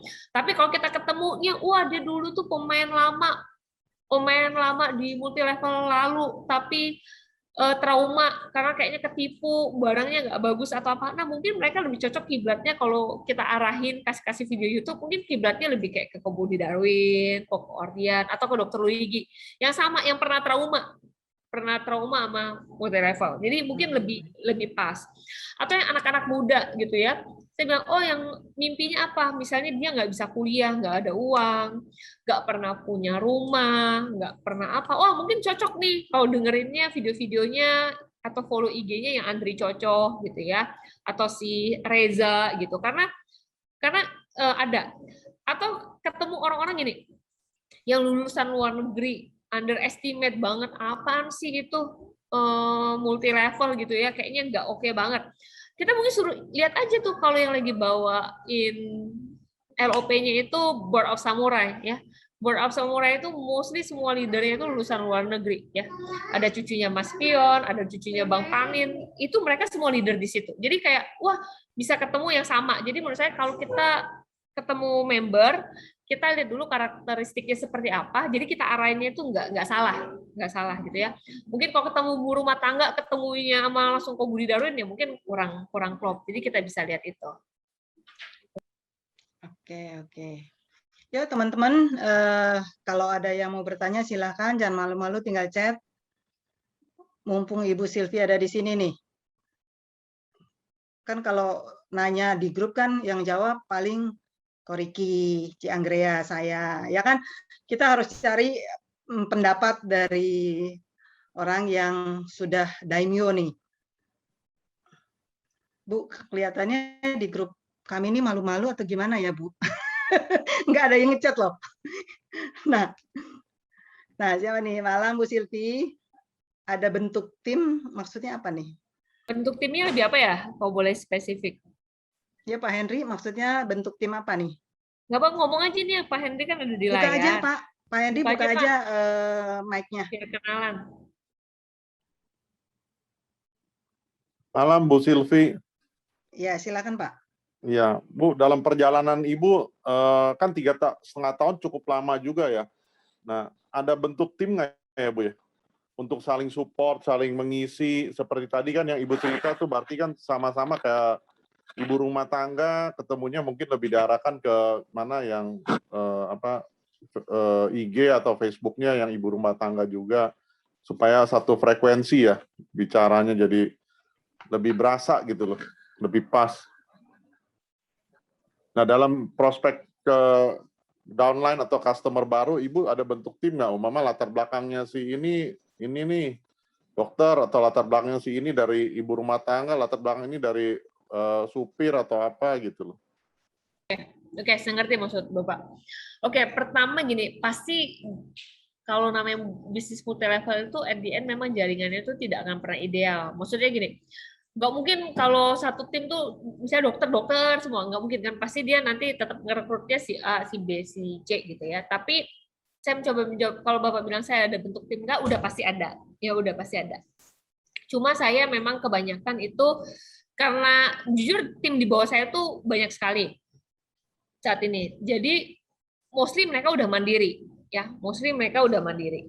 Jadi kalau saya gini mungkin lebih tepatnya Pak. Biasanya gini, kalau saya ketemu prospekan baru, oke, yang saya prospek, atau saya cuma prospek 1 orang, 2 orang, terus saya ketemu orang yang dia memang benar-benar baru mau seriusin, tapi ngerasa kayak nggak punya teman. Ya mungkin saya jawab dari sisi itu, mungkin itu maksudnya Bapak. Nah biasanya gini, yang saya anjurkan adalah saya pasti berusaha, antara saya atau dia, saya tetap berusaha kalau nih orang mau jalan, dia memang pasti nggak bisa sendirian. Minimal untuk saya idealnya itu ada 3-4 orang, atau 2-4. Jadi 3-4 orang. Jadi kenapa? Supaya tiap hari, kayak saya bilang, kita kan mau jadikan ini kayak kerjaan. Kalau tiap hari kita sendirian, kayak saya dulu, ya, kalau kita kayak saya dulu sendirian, pasti kayak lebih bosan. Nah, semakin saya belajar gini, kalau ada 2-4 orang, kita punya grup kecil, biasanya kita punya tim atau jaringan kita gulungnya lebih cepat. Sambil contoh misalnya di sini Pak Henry ya, misalnya gini, kalau Pak Henry kan udah enak nih ada di grup ini ya, 88 kayaknya ya, 88 atau Fortune ada di grup ini. Jadi pasti kalau mau bangun tim Bapak sendiri besar, kan nggak mungkin semua rekrutan Bapak dimasukin ke tim ini, misalnya contoh. Menjadi tidak maksimal, ngobrolnya kayak terlalu general gitu ya. Nah, saya sangat menyarankan setiap member saya yang memang pengen serius di AFC, dia harus punya sparring partner minimal 2 atau 3 orang. Jadi misalnya Pak Henry nih, ini harus bisa nemuin member Bapak yang Bapak rekrut, ataupun bisa nggak yang Bapak rekrut, tapi intinya di bawah jaringan Bapak, yang memang sama-sama serius pengen jalanin AFC ini. Nggak perlu banyak-banyak, cukup ketemu 2 orang atau 3. Jadi punya grup chat yang isinya cuma 3 atau 4 orang. Di situ bisa ngobrol bertiga. Kita 3 mau buat apa ya? Apa kita mulai coba bikin LOP sendiri, LOP private, atau apa? Jadi minimal tuh kita tuh nggak sendirian. Minimal tuh kita nggak sendirian. Pasti di tengah jalan dari 3-4 orang ini ada yang satu lebih sukses, atau yang satu yang down duluan, gue udah nggak kuat gitu ya. Mungkin yang satu bisa saling bantu. Tapi pastikan itu di satu jaringan. Kenapa? Karena kan pada saat satu orang closing, semua orang bahagia. Karena semua orang tuh maksudnya ketambahan BV-nya. Nah, Bapak Ibu, kenapa saya yakin banget ini sukses? Salah satunya saya percaya, kalau Bapak Ibu tahu Doraemon Squad ya, cukup sekarang lumayan sering bawain LOP kantor. Kalau Bapak Ibu tahu LOP Doraemon Squad itu kan membernya sekarang udah banyak banget, udah ribuan ya. Tapi kalau saya bilang tim intinya saya sebutin, itu orangnya itu doang. Sebetulnya Doraemon Squad itu tim intinya cuma 4 orang, Bapak Ibu. Otaknya itu cuma 4 orang. Cuma ada namanya Ciriana, Ciemgon, Civeni, sama ada satu lagi. Udah. Soulnya itu cuma 4 orang ini doang. Jadi dari orang ribuan dan ratusan orang itu, yang rame itu cuma 4 orang ini doang. Tapi gara-gara 4 orang ini doang bisa nular ke puluhan, ratusan, sampai ribuan orang. Jadi untuk saya, Bapak Ibu di sini, kalau mau belajar punya jaringan sendiri as a leader, jangan sendirian. Ya, gitu. Bisa sama upline, bisa. Tapi benar-benar jadiin itu tim inti. Misalnya Pak Henry upline-nya siapa? Kan bisa aja upline kita itu bisa orangnya aktif, atau bisa juga kan dia nggak mau jalanin. Mungkin upline-nya lagi. Intinya iya, bisa jadi. Jadi intinya gini, di satu jaringan itu menemukan 3-4 orang yang pengen benar-benar sama gedein kita punya jaringan. Kalau nggak ada itu, menurut saya jalannya tambah lebih lama ya. Kalau Bapak Ibu lihat juga Kobuli Darwin di awal, selalu apa? Selalu perginya sama Novi, sama Ko Yohanes. Udah nggak banyak-banyak, 3-4 orang doang. Tapi terus, jadi terus bareng, jadi itu kayak dijadiin suatu habit ya untuk kita tuh bangun networking. Itu juga diterapin kalau Bapak Ibu tahu All Star Team saat ini, Nesta ya, Nesta. Namanya Nesta, kalau Bapak Ibu pernah tahu, yang dari Bandung, cewek ya. Si Nesta itu menurut saya kenapa very powerful, karena dia juga ibu rumah tangga yang mulai dari nol. Bapak Ibu saya kasih tahu ya, sampai hari ini saya kagum banget sama dia. Saya tuh sampai mikir ya, saya tuh nggak pernah ke Zoom ya, yang orangnya itu sebanyak kalau saya ke All Star Team, dan bagaimana mereka buat Zoom itu sangat profesional. Saya tuh kalau ke Zoom-nya All Star, entah itu saya sebagai cuma tamu yang mau ngeliat, atau misalnya Pak Mike jadi pembicara, saya cuma lihat, atau saya All Star Team itu kalau buat acara bulanan ya Bapak Ibu di Zoom, itu tuh orangnya bisa 600-700 orang di Zoom. Sampai hari ini. Saya tuh sampai kayak di grup sih gila banget ya. Maksudnya, ya kalau cuma prospek-prospek yang cuma kayak jelasin LOP, itu aja mereka pasti orangnya 100-200 orang. Itu tuh, tapi gimana caranya? Ya mereka ada tips and trick sendiri yang diajarin semua sebetulnya sama Kobuli Darwin juga. Cuma mereka jalannya lebih konsisten. Cuma buat saya pribadi nih ya Bapak Ibu ya, di tim kecil saya sama, saya kalau Zoom-nya cuma 20-30 orang. Ya, dan saya masih juga belajar kenapa yang tim itu ya Nesa juga di bawah saya maksudnya, tapi kan di kaki besar saya juga selalu belajar. Saya selalu belajar dari Doraemon. Jadi makanya Bapak Ibu, kita harus nemuin kekuatan kita masing-masing. Tidak semua orang sama ya. Kalau Board of Samurai itu nggak tahu Bapak tahu ceritanya. Itu kalau untuk saya itu juga yang aneh waktu itu. Karena gini, karena orangnya macam-macam. Bisanya ada yang bisa malam, bisa pagi, bisa sore. Akhirnya mereka bisa buat ide bikin LOP itu sehari 3 kali. Itu udah berjalan sampai hari ini. Mungkin mereka udah jalanin itu kurang lebih setengah tahun ada loh Bapak Ibu. Punya Zoom sehari 3 kali, benar. Jadi mereka itu punya Zoom jam 11 kalau nggak salah ya, apa jam 12 jam makan siang. Punya Zoom lagi jam 3 jam 4, punya Zoom lagi jam 7 malam, 8 malam, atau jam 9. Pernah kalau di hari-hari tertentu libur nasional atau apa buatnya bisa 4 hari sekali sampai hari ini. Jadi kayak jadwal dokter kalau Bapak Ibu lihat di IG-nya. Jadi kayak mau hari ini dilihat ini, hari ini adanya jam 9 ada, jam 11 ada. Jadi kayak semua orang bisa join. Itu yang join nggak banyak. Sekali Zoom palingnya cuma 2-3 orang, tapi ada aja. Jadi mereka tidak pernah besar. Seperti jadwal pelajaran. Jadi makanya kita tuh pribadi, kalau saya usahain belajar dari semua tim, mana yang menurut saya bisa saya terapin lagi di tim kecil saya, itu yang saya terapin. Kalau saya juga bukan saya, maksudnya itu mah bukan style saya gitu ya. Oh ya udah, nggak apa-apa. Yang penting makanya belum tentu satu metode di satu tim itu bisa berhasil di tim lain. Tapi makanya harus temukan gaya tim Anda sendiri, tim Bapak Ibu sendiri. Dan itu tips saya yang tadi ya, jangan jalanin itu sendiri, minimal 2 orang. Minimal tuh ada kayak Lavina dulu. Lavina tuh dari dulu bertahun-tahun benar Bapak Ibu cuma 2 orang, hanya dia dan Budi Hartanto. Cuma dia dan Budi Hartanto soulnya. Kemana-mana berdua, road trip berdua, pokoknya benar-benar berdua sampai akhirnya timnya sekarang benar-benar jadi. Ya, minimal nggak sendiri menurut saya. Gitu. Itu dulu Ci Lucy, mungkin ada yang lain? Sudah menjawab ya Pak Henry ya? Apa sudah bisa menjawab Pak? Sudah? Sudah, Bu. Terima Oke. kasih, Bu Silvi. Ya, thank you Pak. Yuk, buat teman-teman ada lagi pertanyaan? Oke, ini kalau Bu Yuli Arif mau nanya, lalu oh ini nih ada yang kedua. Lalu bagaimana bisa dengan baik? Oke. Bisa Iya, dengan baik iya. bisa jalanin bisnis ini. Oke, Bu Yuli. Oke, kalau ditanya gimana bisa dengan baik menjalankan bisnis ini udah benar Bu. Pertama join di Zoom, oke? Yang udah pasti ya kayak tadi balik lagi, Ibu harus nempel sama upline-nya atau downline. Maksudnya gini, belajar bisa dengan siapapun. Tapi cari yang Ibu Yuli paling nyaman. Jadi kalau Ibu bilang gimana sih mau jalanin bisnis ini? Nah, di sini nih kalau ada upline-nya atau apa lumayan nih. Ini kan Bu Yuli udah ngomong nih, saya mau serius. Berarti harus ada Bapak Ibu di sini upline-nya atau downline-nya saling bantu. Justru gimana harus ngajarin meng-grooming Bu Yuli ini supaya jadi gitu. Jadi sebetulnya kalau Bu Yuli nanya gimana harus balik lagi ke upline-nya. Pasti dibantu, pasti dibantu.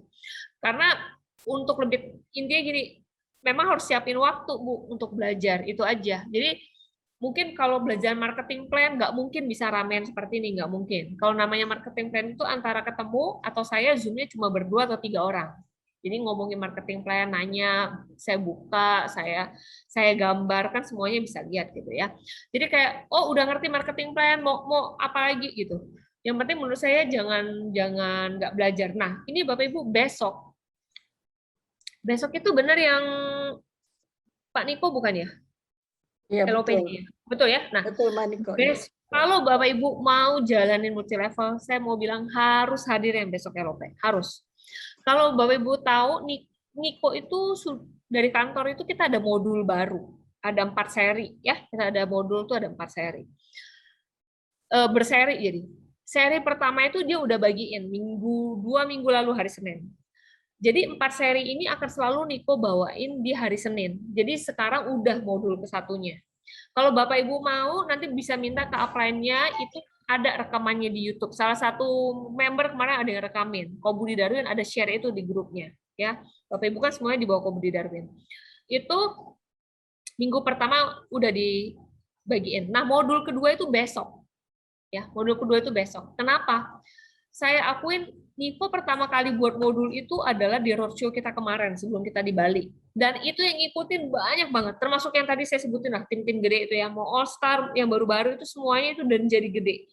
Saya pribadi ya, suka banget sama modul Niko yang baru itu. Suka banget, beneran. Kalau Bapak Ibu kemarin, nggak tahu pada ikut nggak kemarin? Cianggre ikut nggak? Ikut ya Pak? Ikut. Nah, Ikut. Menurut saya itu bagus Ikut. banget. Ya, ikut ya Bu Yuli. Nah, kayak gitu aja Bu, gimana mau jadi belajarnya itu salah satunya. Tapi makanya kita belajar dari Zoom itu nggak akan cukup kalau Ibu tidak ada komunikasi regulernya, entah itu sama upline ataupun itu downline. Jadi harus ada tim kecilnya yang tiap hari memang ngobrolin aja tentang AFC. Misalnya kalau Ibu ke downline saya nanya hari ini udah apa? Ada yang mau diprospek nggak? Tidak selalu harus ngomongin AFC terus sih, cuma ya nanya kabar anak sama, tapi terbentuk lah. Kalau kemarin dengar Niko bilang bangun komunitas Bapak Ibu sendiri. Nah kayak gitu. Kita ngomongin komunitas nggak bisa langsung besar, 2-3 orang itu dulu cukup. Kalau saya sih suka banget. Kalau saya di tim kecil saya paksa semuanya hari Senin itu harus ikut ya Niko itu ya. Karena Niko kan udah jarang bawa LOP di Zoom. Jadi kalau ikut dan kebetulan yang dibagiinnya memang sesuatu yang baru, yang dia belum pernah bagiin sebelumnya, sebaiknya kita semua ikut. Itu sih Bu Yuli ya. Ya, terima kasih Bu Silvi. Ya, Saya thank you, cuman Bu. maksudnya gini loh. Maksudnya itu kalau di AFC itu boleh dibilang kan mungkin second business ya. Jadi waktunya itu loh, maksudnya itu ada nggak maksudnya spesifik itu waktunya itu apa? Tadi kan kalau saya simak dari awal, Ibu Silvi kan bilang yang seperti sarannya Pak Budi Darwin kan bilang maksudnya 4 jam. Nah kalau seumpamanya seperti saya kan jadi nanti saya juga bisa jadi atur waktu ya. Jadi untuk yang second business AFC itu ya perlu berapa waktu yang konsisten gitu loh Ibu Silvi. Terima kasih. Palingan Bu, kalau Ibu nanya kayak gitu gini, kalau Ibu memang ada kerjaan lain, mungkin jangan terlalu berat dulu. Misalnya gini, oh pokoknya misalnya mulai besok ibu mau sisin 1 jam. Contoh ya, saya mulai dari 1 jam dulu. Mungkin kan saya lihat mungkin ibu waktunya mungkin terbatas atau apa. Kalau saya dulu kan memang ibu rumah tangga. Jadi yang penting 1 jam dulu, Bu. Minimal 1 jam itu ibu bisa chatan sama upline, bisa chatan sama downline, bisa chatin calon prospek, atau coba login ke sistem, lihat-lihat, aduh pohon aku sekarang kayak apa sih, harus taruhnya di mana atau di mana. Jadi mungkin Bu Yuli nggak usah terlalu gimana banget, mulai dulu aja dengan 1 jam. 1 jamnya mungkin beda. Mungkin kayak nanti nih, kayak besok hari Senin, belajar sama Pak Niko. Kita anggap aja itu udah 1 hari itu Ibu udah habisin. Oke? Ya. Jadi, oh hari Oke. Senin berarti saya ikutin Zoom kantor. Itu udah belajar nih dengan AFC. Mungkin hari Selasa, ya udah Ibu mulai praktekin apa yang Pak Niko ajarin. Contohnya kalau kita ngomong minggu ini. Oh, kalau Pak Niko bilang gini, ya mungkin saya coba praktekin. Saya mulai kontak upline. Jadi, yang penting kerjaan itu konsisten aja, Bu. 1 jam. Iya. Siap. Terima kasih inspirasinya. Ya, Ini mau sama-sama, semangat Bu. lagi. Iya, makasih. Ya, Bu. Sudah menjawab ya Bu Yuli. Makasih Bu Lucy. Oke, sama-sama Ibu. Buat yang lain, kalau misalkan nggak ada pertanyaan, sudah malam, kita udah menyita waktu cukup banyak, waktu Bu Sylvie nih. Ada lagi, saya kasih kesempatan 1 orang lagi untuk bertanya, kalau memang masih ada. Saya hitung sampai 5, 1, 2, 3, 4, 5. Oke, karena nggak ada, seperti janji. Saya tanya, Ya? saya bantu tanya deh. Oke, silakan, Bro. Bu Sylvie, saya mau ada pertanyaan, Bu. Ibu gimana caranya supaya kita bisa ngembangin satu grup supaya makin lama makin besar? Karena Ibu Sylvia kan mulainya dari nol. Ya kan? Terus pada waktu dapat grupnya dari Dr. Luigi kan itu 1 kaki kan gede banget kan. Berarti yang sebelah kan masih belum, Bu. Nah, berarti dari gimana caranya Ibu bangun yang itu? Yang sebelah itu. Yang di sebelah kan nggak ada Kobudi sama sekali. Berarti itu benar-benar Ibu bantu. Nah, itu gimana caranya itu bangun itu?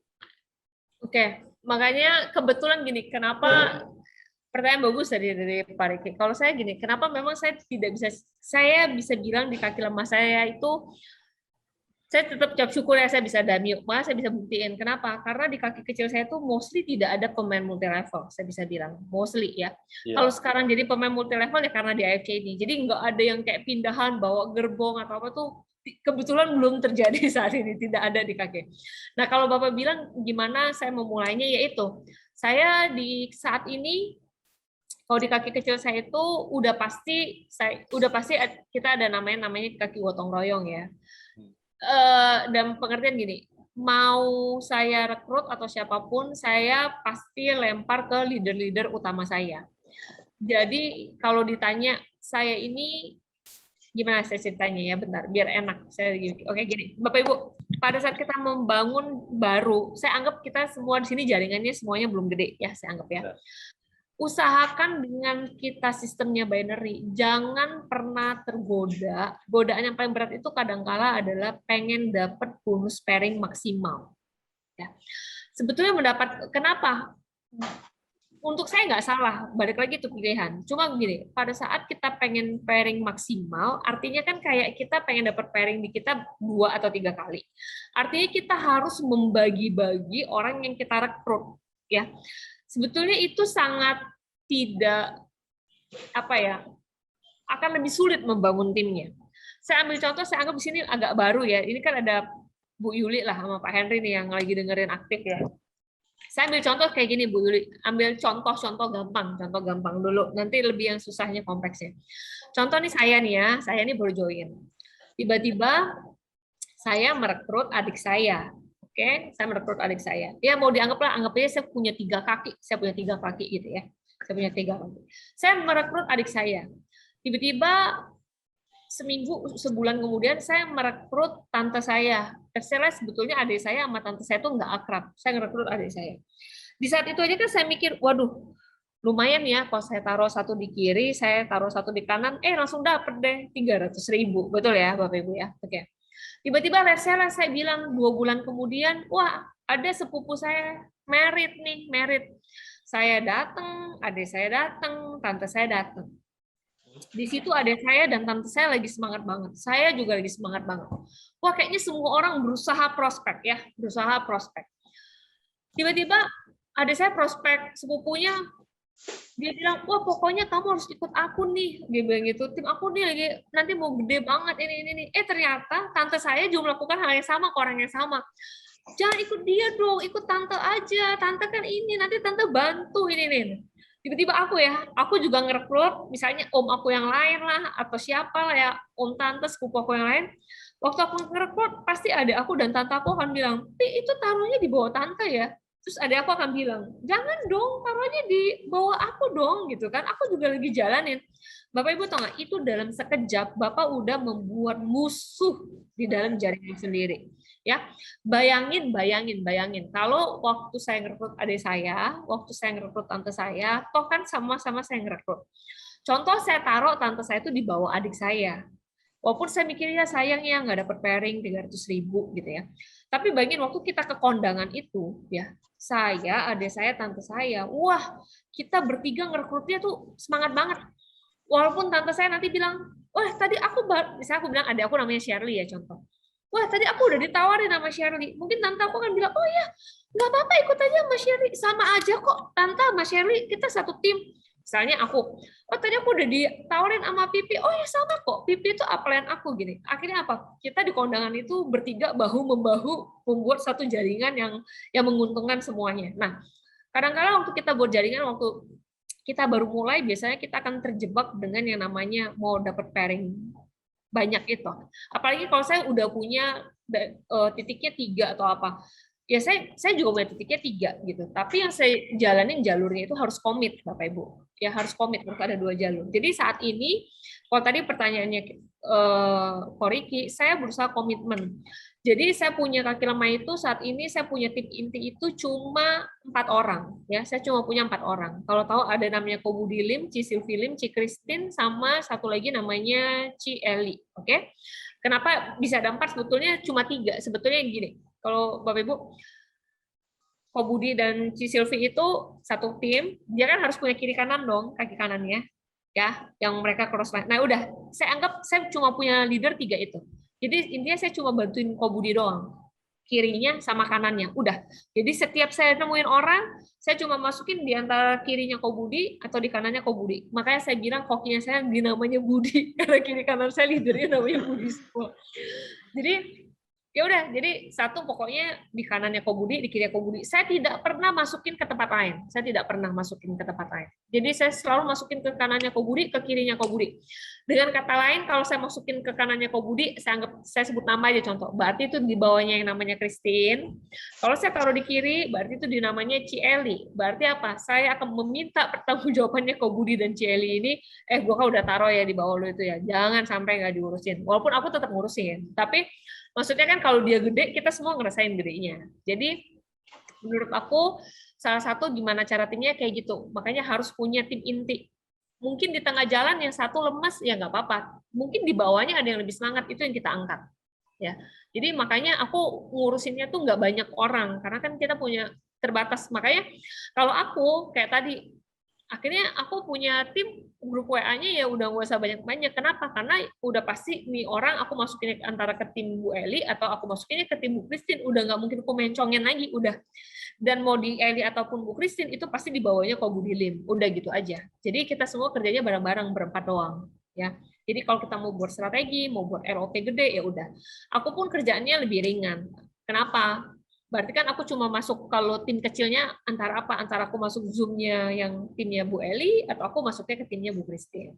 Walaupun sekarang ya puji Tuhan di bawah mereka udah ada leader-leader kecil lagi. Tapi kan pasti di bawah 2 orang ini doang gitu. Aku pun mulai masuk ke tim kecil. Karena kan ada beberapa tim kecil itu aku yang ngerekrut, tapi aku taruhnya di bawah mereka gitu ya. Jadi itu pun aku bina lagi sendiri-sendiri. Tapi polanya selalu seperti itu. Selalu pola, jadi kalau aku ngerekrut teman, dia bilang dia udah mau serius, atau aku punya saudara udah mau bilang serius, aku pasti bantuin dia cari teman di atas atau di bawahnya yang bisa aku jadiin satu tim bertiga. Ya. Jadi kayak kemarin mertuaku kan kebetulan di Kaki Besar juga, Tapi aku bantu, misalnya dia bilang, Pi, Mami dapat orang nih, anak muda, dia pengen banget serius, tapi kan Mami bingung ya, nggak punya Zoom kayak orang-orang yang lain, gimana ya, Pi? Ya udah aku bantuin dia, aku buka jaringannya, aku bilang, Mam, anaknya perempuan ini di Surabaya sama kan ya, umurnya baru kayak sekitar 28, 29, iya, yuk kita buatin jadiin satu grup. Ya, jadi aku taruhnya di bawah orang ini nih. Terus aku kontak si orang ini di Surabaya, aku bilang namanya Joshua. Joshua, ini Mami Linda ada masukin satu prospek yang mau serius. Cici bantuin taruh ini di bawah kakinya kamu ya. Jadi ini kamu bisa jadi leadernya kamu. Jadi saya mengkondisikan supaya mereka itu selalu di satu jaringan yang mereka punya temennya. Jadi itu nggak sendirian gitu ya, kayaknya wah apa kayaknya bingung gitu mau curhat sama siapa kalau sama upline, tapi upline-nya misalnya jalurnya terlalu banyak, pusing juga. Jadi itu mungkin tips dari saya. Ya, itu yang saya pun belajar ini agak telat ya. Setahun pertama saya nggak jalanin karena saya nggak ngerti ya. Ini saya belajar semua dari Ko Budi Darwin, jujur. Kenapa? Karena Ko Budi Darwin adalah orang yang komit dari awal join hanya satu titik. Kenapa? Karena dia bilang dia nggak mungkin bisa punya titik yang kuat banget kalau dia bagi-bagi. Dan untuk saya terbukti ya Bapak Ibu. Kenapa dia bisa double Bushido? Karena dari awal dia cuma lempar ke kiri dan ke kanan. Nggak pernah ke tempat lain. Setelah berjalan tahun-tahun dan udah jadi Bushido, dia baru berani loh buka jalur ketiga gitu. Jadi untuk saya tuh ya udah, kan makanya kalau Niko bilang kan gampang ya, sebetulnya kita tinggal di MLM enak, tinggal copy yang sukses ya. Ya udah saya copy aja. Dan ternyata memang benar. Oh, ternyata benar ya. Ternyata akhirnya orang yang join sama saya pun jadi happy, kayak nggak ngerasa sendirian banget dicari teman gitu. Maksudnya di jaringannya ini kalau kamu masuk sini kamu ada apanya lagi ya, namanya Ci ini ya. Ini saya cariin yang seumur apa gitu. Ya kan karena kalau kita punya jaringan 100 orang kan mungkin yang serius cuma 20 atau apa, 20 ada yang ibu-ibu ada apa ya, kita cariin aja di grupin yang lebih kecil supaya jadi tim inti. Gitu. Itu sih, Ko Riki. Makasih ya. Ya. Oke, kalau gitu seperti janji saya tadi, saya punya 2 hanamai yang akan saya bagikan ke teman-teman yang menyimak acara ini dari awal sampai akhir. Pertanyaan pertama ya, ini sebetulnya gampang, karena saya hanya untuk memastikan bahwa teman-teman semua memperhatikan Zoom kita hari ini. Pertanyaan pertama, siapa member pertama Ibu Silvi? Yuk, jawab di chat. Pertama kali Ibu Silvi punya member itu siapa? Yo, ayo. Ada Hanamai loh. Hanamai harganya tuh lumayan mahal. Udah ada Ci yang jawab. Siapa tadi? Ci Susan kayaknya yang pertama ya. Ya, benar. Apa udah ada yang jawab? Udah ada Ci Mama Susan tadi. Oke.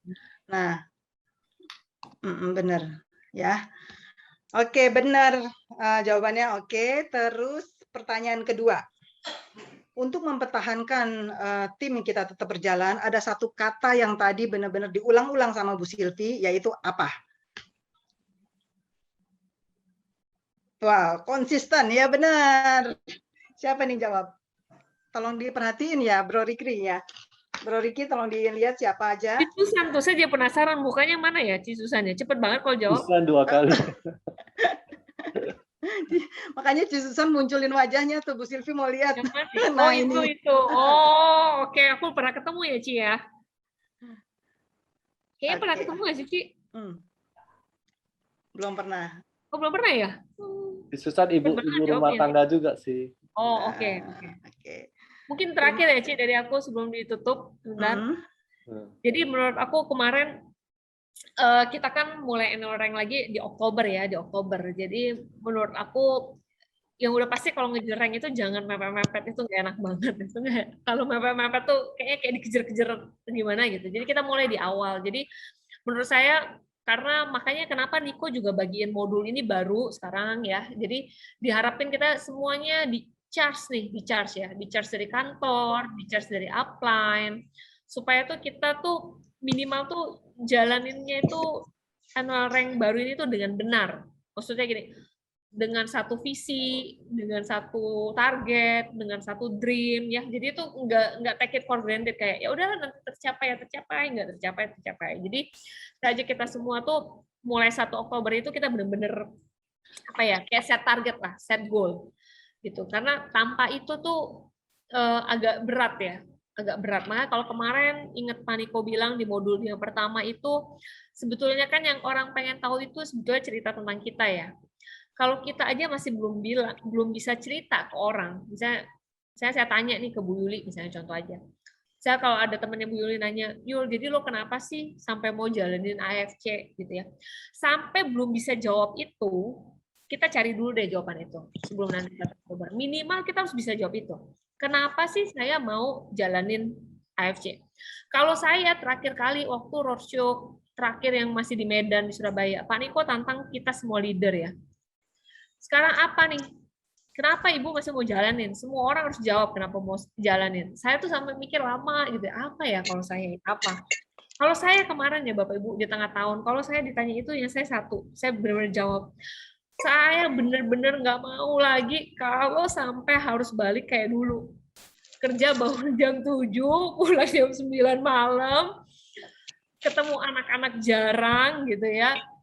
Saya bilang saya benar-benar nggak mau Pak Niko kayak gitu lagi gitu ya. Jadi saya punya financial freedom gitu ya, free time, bukan berarti nggak kerja, nggak ada waktu, nggak, minimal waktunya bisa saya atur sendiri, nggak yang kayak dulu ya harus jam 6 bangun, mandi, pergi, pulang. Wah, saya bilang saya nggak mau lagi itu ya, saya nggak mau lagi jalanin itu. Jadi sebelum kita bisa jawab itu Bapak Ibu, minimal kita bisa itu. Satu lagi yang terakhir sebelum saya tutup, ingat kata Pak Budi Darwin juga, ini yang dia bilang ulang-ulang di sekitar 3-4 bulan lalu, ingat ya kalau di networking, lebih baik kita punya 100 member, cuma bisa jualan satu bulan. Pernah dengar itu ya? Pak Budi selalu bilang, mending kita punya 100 member, cuma bisa closing satu bulan. Daripada kita punya 1 member, bisa jualan 100 box dalam 1 bulan. Kenapa? Begitu satu orang ini lemes, begitu satu orang ini udah nggak semangat, atau dia udah sakit atau apa, kita kehilangan omset 100 box. Tapi kalau kita punya 100 member, cuma bisa jualan satu, yang satu lemes, yang satu sakit, yang satu nggak mau jalanin, kita masih punya 99 orang yang menghasilkan buat kita. Jadi harus selalu diingat, kalau kita ini namanya bisnis networking, kita bukan bisnis jualan. Ya, Bapak Ibu. Makanya saya suka bilang sama member saya, kalau dia suka iri, enak sih itu dapatnya influencer, jualannya kenceng. Tapi percuma Bapak Ibu kalau cuma punya satu itu, begitu satu orang itu nggak jalanin, Bapak Ibu habis. Itu namanya bukan networking. Ya, jadi itu aja sih. Udah Cilusi itu dari saya. Oke, terima kasih Ibu. Sharingnya sangat menginspirasi kami nih di sini semua. Waktu kami kembalikan ke Ricky. Bro Ricky silakan. Ya, oke. Terima kasih ya Ci Sylvia ya. Wah, ini benar-benar loh. Di awal tahun kita banyak belajar dari Ci Sylvia. Ya, gimana Ci Sylvia dengan persisten, dengan konsisten. Itu 1,5 tahun loh ya tadi katanya ya. Nggak ada, maksudnya income-nya tidak begitu besar loh. Karena kan satu kaki yang gede aja. Kayak kaki gajah satu loh. Tadi si Sylvia dari bangun itu sampai bisa gede besar sekarang. Daimyo loh teman-teman. Daimyo itu 15.000 pairing loh teman-teman. Dan tidak ada yang gede di kaki sebelah itu ya Ci ya. Ya. Ada ya nggak ada bintangnya banget lah ya, nggak ada starnya. Nggak ada kayak Kobudi, nggak ada kayak Musido. Kan kalau di sebelah itu kan Ci Sylvia ada Musido. Jadi kita bisa belajar banyak. Jadi Ci Sylvia ada membuktikan bahwa walaupun seorang ibu rumah tangga tetap bisa berhasil. Jadi semoga teman-teman sekalian semua di sini yang ikut acara hari ini bisa terbakar semangatnya gitu loh. Jadi kita bisa bangun bisnisnya dengan baik. Dan seperti kata tadi Ibu Sylvia, kita harus mulai kejar rank tahunan sekarang. Jangan tunggu-tunggu di akhir-akhir bulan gitu loh. Makin ditunggu makin nanti Anda akan makin stres. Mendingan kerjakan sekarang. Jadi kalau usah perhitungan, kita pasti selalu melebihi target. Mudah-mudahan. Ya, oke. Kalau Ci Anggrek mau bicara? Ya, Ci Sylvie dan teman-teman. Ya, Ci Vivi, terima kasih banyak ya Ci hari ini. Sama-sama, Sharingnya Ci. bagus sekali. sangat menginspirasi, membuat semangat kita-kita yang mungkin lagi agak loyo-loyo nih, karena belakangan-belakangan ini memang kondisi agak beda gitu ya. Ya, mudah-mudahan untuk annual rank yang baru kami semua bisa mendapat yang lebih baik. Ya, Ci Silvi, Oke. salam buat Pak Mike. Ya, salam buat Pak Mak ya. Ya. Sama-sama. Oke, Ya, untuk teman-teman. teman-teman semua, Bro Ricky, Bro Richard, Lucy, dan Ya. teman-teman semua, saya ucapkan terima kasih juga Ya, untuk ikut Zoom hari ini, kita belajar bersama-sama. ya. Ya, Oke, teman-teman, Terima kasih kita Ci Anggrek, Ko Riki. ya, ya, Ingat makasih ya, Bu Yuli. ya 2 minggu Makasih. Oke, dari semuanya pamit Ya. ya. Ya. Terima kasih Bu Ya. Silvi. foto dulu, Nak. Foto dulu, Oh, oke, dulu. oke. Mau foto dulu. Ya, Oke, oke. foto. Siapa yang foto? Si Lucy ya? Boleh. Yuk, teman-teman buka kameranya. Ya, oke. 1, 2, 3. Lagi ya. Ya. Oke, terima kasih. Oke, Oke, makasih teman-teman. Lucy, makasih Terima Richard. kasih semuanya. Thank you. Ya, Ya, Richard. Pamit ya. Oke, Ya. Lilis. Ingat ya, 2 minggu lagi kita ada 2 NFO ya. 2 minggu Ya. lagi. Siap. Oke, sampai ketemu lagi ya. 2 minggu lagi Ya. NFO. Oke.